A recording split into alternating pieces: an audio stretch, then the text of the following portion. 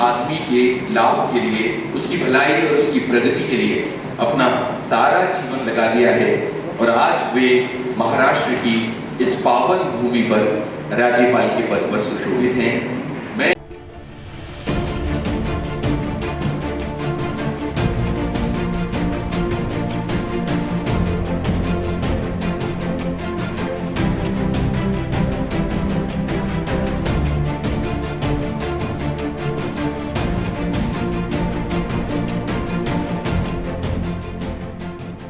लोढ़ा विराजमान हैं, उनका स्वागत अमर ठाकुर जी करेंगे। अमर जी आइए।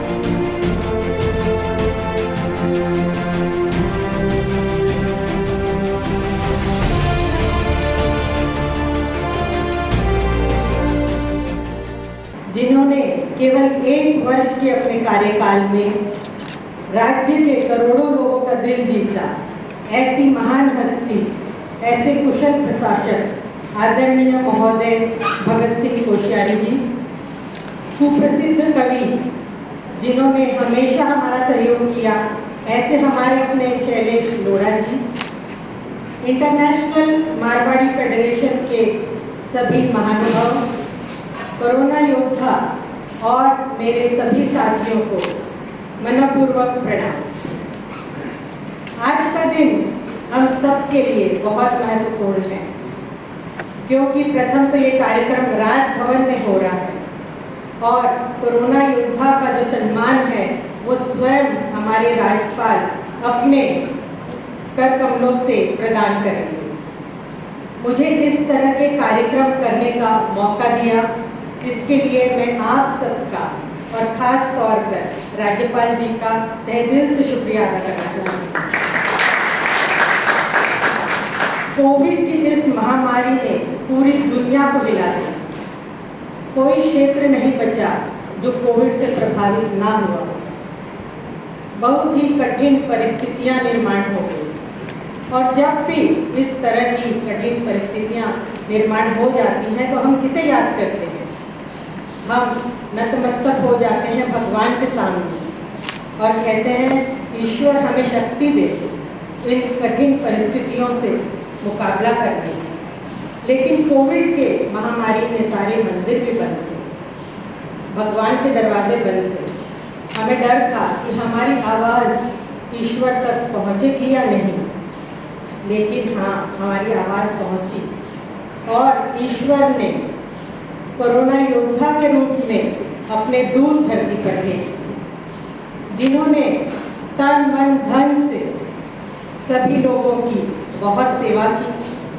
जिस तरह से सैनिक सीमा पर खड़ा होकर तैनात लोगों की सेवा करता है, उसी तरह से कोरोना योद्धाओं ने जो भी जरूरतमंद था उसकी बहुत सेवा। इन कोरोना योद्धाओं ने युवा पीढ़ी के सामने एक आदर्श रखा, उन्हें एक प्रेरणा दी। मैं तहे दिल से सभी कोरोना योद्धाओं को मनपूर्वक प्रणाम करती हूँ। जब भी समाज में कोई अच्छा काम करे तो हमारा मानना है कि हमें उनका सत्कार करना चाहिए, उनकी तारीफ करनी चाहिए। इससे उनका मनोबल तो बढ़ता ही है, साथ ही साथ दूसरों को भी प्रेरणा मिलती है कि वो इस तरह का काम करें। मारवाड़ी समाज प्रसिद्ध है समाज सेवा के लिए और जब भी इस तरह की आपत्ति आती है तो मारवाड़ी समाज हमेशा आगे बढ़कर इस तरह के काम करते आए हैं और मेरी शुभकामनाएं हैं कि भविष्य में भी इस तरह के काम मारवाड़ी समाज के हाथों हों। इन्हीं शुभकामनाओं के साथ मैं अपने 2 शब्द समाप्त करती हूँ। धन्यवाद।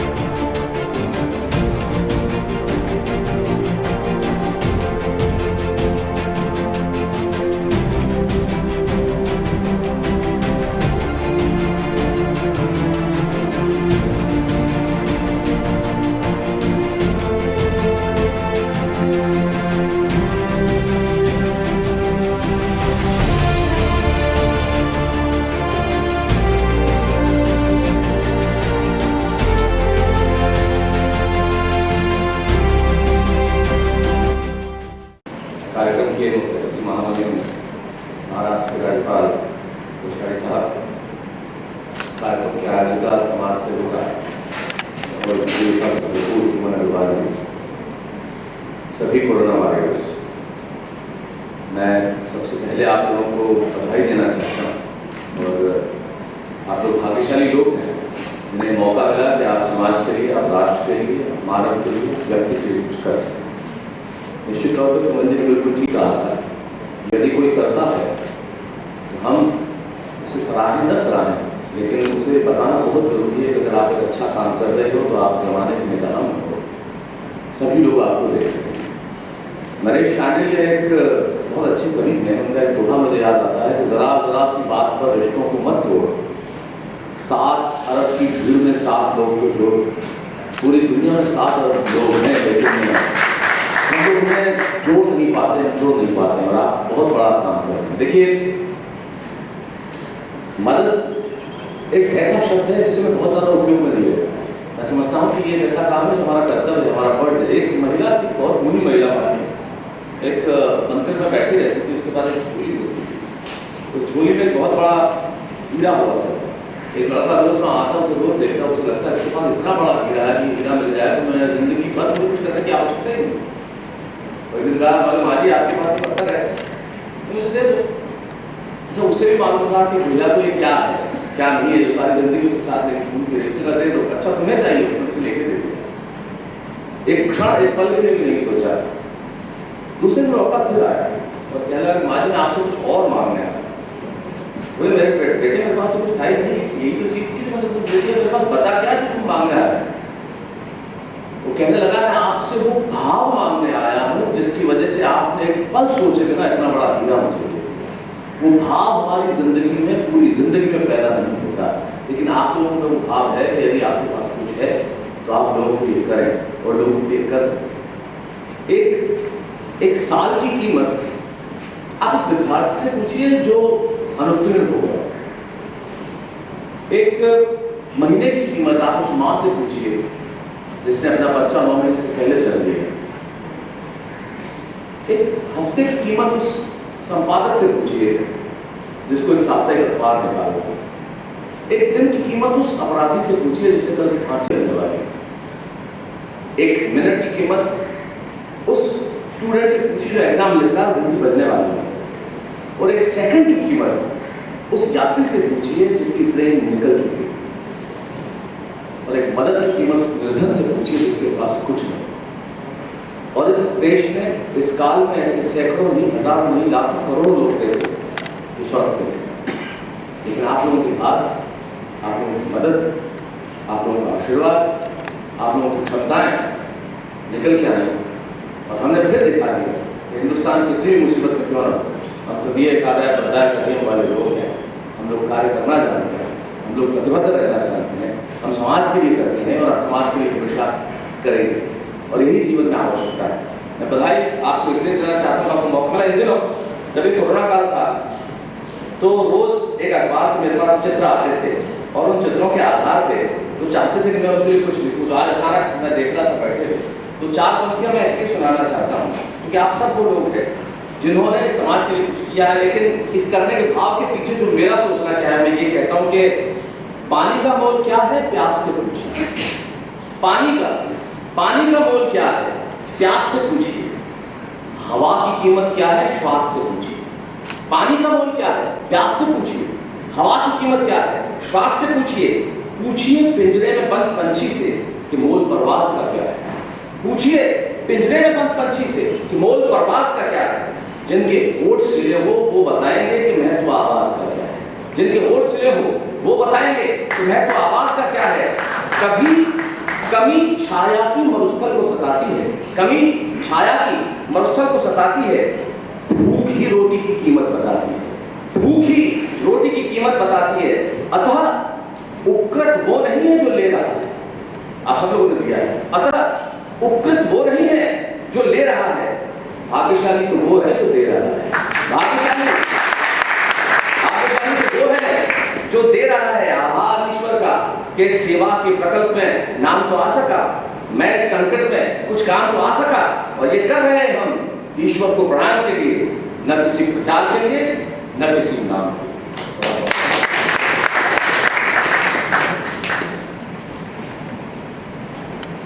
बहुत बहुत शुक्रिया शैलेश जी इन बातों के लिए। और अब मैं मुख्य अतिथि महोदय महाराष्ट्र के राज्यपाल कोश्यारी महोदय से निवेदन करूंगा कि वे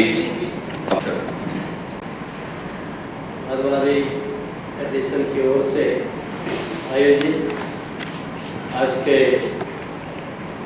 कोरोना वॉरियर्स के सम्मान समारोह में इस एसोसिएशन के प्रमुख श्रीमती सुमन अग्रवाल जी, अभी जिनकी आप कविता सुन रहे थे, मैं तो शैल शिखर से सागर में आया हूँ और ये साक्षात शैली से ऐसे श्रीमान शैलेश जी यहाँ सभी प्रमुख क्रिकेट के नाम हो नारायण जी, आप जहाँ जाते लक्ष्मी होती है, सभी लोग यहाँ उपस्थित हमारे सम्मानित भाइयों और बहनों, अब ये जो कोरोना का काल आया, मुझे जानने की जगह कोरोना शुरू हुआ तो उसके कोई हिंदुस्तान में तो लॉकडाउन भी शुरू नहीं हुआ था, तब मैं ऋषिकेश में था परमात्मा के घर में। मुझे बहुत अच्छा लगा, वहाँ उनके शिष्य है हमारे आनंद जी की, लेकिन उनको एक अमेरिकन लेडी है सन्यासी हो गए, बहुत साल हो गए, उन्होंने मुझसे बड़ा हिंदी में बोले कोरोना हमारा क्या करेगा, हमारे देश में तो कोरोना है।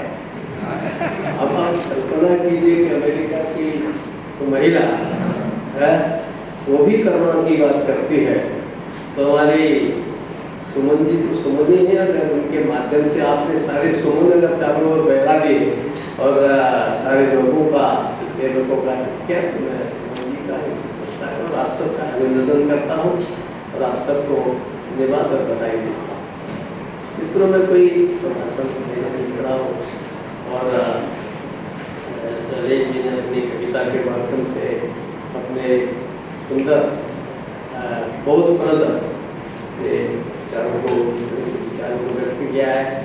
और सचमुच जब कोई काम करता है, कोई काम करता है, ये जरूर है कि आजकल काम करने के बाद स्वाभाविक है, पहले आदमी को थोड़ा प्रशंसा जरूर चाहिए। तुलसीदास जी ने सारी रामचरित मानस लिखी और कहा कि मैं इसे स्वांतः सुखाए अपने अंतःकरण के सुख के लिए।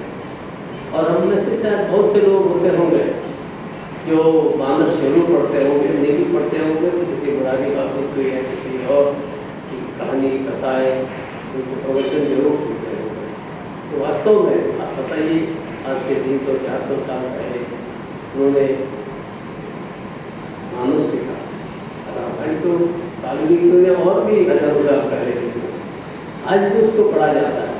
तो जो आदमी काम अंतःकरण के सुख के लिए करता है, अरे ये नहीं कि मेरे वजह से दूसरे का भला हो रहा है, इससे हमारे कहा गया कि परोपकार का बड़ा महत्व है, लेकिन उस परोपकार को ये मान करके जैसा अभी शैलेश बोल रहे थे कि हम अपना उपकार कर रहे हैं, मैं किसी दूसरे को ऑर्गेनाइज नहीं कर रहा हूँ, दूसरे की सहायता करके जिसको जरूरतमंद है उसकी आवश्यकता को पूर्ति करके जब मैं कोई काम करता हूँ या करती हूँ तो उसका सीधा अर्थ है कि हम एक प्रकार से अपने को कृतार्थ कर रहे हैं। और इसलिए जितने भी सज्जन लोग हैं, जितने भी उदार हृदय हैं, वो ये अपना अहोभाग्य समझते हैं तो भाई देखो मुझे सेवा का मौका मिला। आखिर हम 24 घंटे में लगातार अपने कामों में व्यस्त रहते हैं, बिजनेस में व्यस्त रहते हैं, अपने अपने क्षेत्र में कला नौकरी जो भी उसमें व्यस्त रहते हैं, लेकिन अगर जीवन के अंदर जब दूसरे की भला करने का मौका मिलता है, और मारवाड़ी समाज की तो ये पहले से ही एक प्रकार से शायद आदिकाल से ये एक उनका रहा है कि वो कुछ न कुछ अपना एक हिस्सा अपनी कमाई का दान करे रहते हैं। ये ऐसा हर समाज में ऐसा नहीं है, और समाज के लोग भी दान पुण्य करते हैं, भला काम करते हैं, मंदिर बनाते हैं, स्कूल बनाते हैं, लेकिन उस समाज के अंदर पहले से ही कुछ तो कुछ अपना दान दक्षिणा के लिए हिस्सा रखना। और इसलिए मुझे लगता है कि शायद ये मारवाड़ी समाज की ये जो देने की प्रवृत्ति है, ये जो समाज के लिए काम करने की मेरी अपनी कमाई का 5%, 10%, 2%, ये मुझे ट्रस्ट में देना है, धर्मादा में देना है, ये जो भाव पहले से चला है। और उसी का कारण है कि अगर घमासान होते तो शायद राणा प्रताप का नाम भी नहीं आता है, राणा प्रताप को दे दिया, नाम राणा प्रताप का हो गया, परंतु साथ में जो यश है, जो उनको कठिन काल में जो मिला, उनके सहयोग से अपनी सारी संपत्ति दान कर दी। तो ये एक प्रकार की ये जो भक्ति है, तो मैं इसमें देखता हूँ, मैं जहाँ जाता हूँ, अब तो हमारे हर देश के चाहे जैन हों, हमारे और पंजाब के हों या और लोग हों, हर कम्युनिटी के लोग जहाँ अच्छी जगह पर हैं, सब अच्छे बिजनेसमैन हो गए, बड़े बड़े इंडस्ट्रिस्ट हो गए, इंटरनेशनल इंडस्ट्रिस्ट हो गए हैं, और एक प्रकार से बड़ा कॉर्पोरेट जगत में एक से एक अच्छे नाम है। लेकिन मैं सोचता हूँ कि आज से कुछ केवल 60-70 वर्ष पहले अगर आप देखेंगे तो कलकत्ता हो, मुंबई हो, मद्रास हो, यानी आखिरी मेरा गांव जो बॉर्डर पर पिथौरागढ़ पड़ता है वहाँ हो, तो वहाँ भी कहीं न कहीं एक दो लोग मारवाड़ी समाज के आते हैं, वो अपना बिजनेस करते हैं, और उनके बिजनेस से सबको सहयोग करने का उन्होंने एक अपना एक प्रकार का ऐसा उन्होंने अपना व्यवहार किया, और उस व्यवहार के कारण से और मारवाड़ी समाज ने पूरे देश के अंदर और लोगों का दिल जीता है। और मैंने देखा है कि कितने ही धनवान हो, उस धनवान के बाद भी बड़े बड़े दादा अगर उनको डराने लग जाते हैं तो अपनी विनम्रता से दादा का दिल भी जीत लेते हैं। तो ये क्या है कि एक अंदर की जो भावना, जिसको ये भाव बोल रहे थे शैलेश जी, उस अंदर का भाव है कि एक प्रकार से आपको रिटेज मिलता है, एक प्रकार से आपको लीगेसी मिलता है, और ये भाव ही वास्तव में हमारे समाज को आगे बढ़ाता है। जैसे उन्होंने कहा हमारे सैनिक हैं, एक भाव लगता है कि नहीं, मैं केवल तनख्वाह के लिए नहीं हूँ यहाँ, मुझे तो अपनी जान देनी है, इसीलिए वो सीमा पर काम करता है। उसे पता है कि मैनेजमेंट इस लड़ाई में, आप देख रहे हैं कितने हमारे ये जो पैरामिलिट्री के लोग हैं, मिलिट्री के लोग हैं, आज भी पाकिस्तान बॉर्डर पर वहाँ कितने लोग बेचारे मर जाते हैं, या इधर छत्तीसगढ़ के या इधर के ये जो अपना नक्सली इलाका है, कितने लोग, लेकिन देखो क्या लोग आए वो चलते रहते हैं। और ये इसीलिए कि वास्तव में हम सब के अंदर, देश के अंदर देने का भाव है, और उस देने के भाव में मारवाड़ी समाज ने हमेशा अग्रिम पंक्ति में काम किया है। मुझे तो कभी कभी लगता है सुमन कि अग्रवाल को कोई इसीलिए कहते हैं कोई दान देने मामले में अग्रिम पंक्ति में तो ये अच्छी बात है। प्रभु से ही प्रार्थना करता हूँ कि जिन जिन लोगों ने अच्छा काम किया, जो सम्मानित किए गए हैं, वो सब का मैं वंदन करता हूँ, अभिनंदन करता हूँ, और प्रभु से प्रार्थना करता हूँ कि आपके हाथों में, आपके द्वारा भविष्य में जरूरतमंद लोग हैं, उनकी आवश्यकता है, ऐसे लोगों की समय समय पर आप सहयोग करते रहें। मेरी शुभकामना है आपका ये समाज है ये आगे बढ़े, फेडरेशन आगे बढ़े और अच्छे शुभ काम करते रहे। इसी के साथ आप सबको फिर से बधाई, बहुत बहुत धन्यवाद।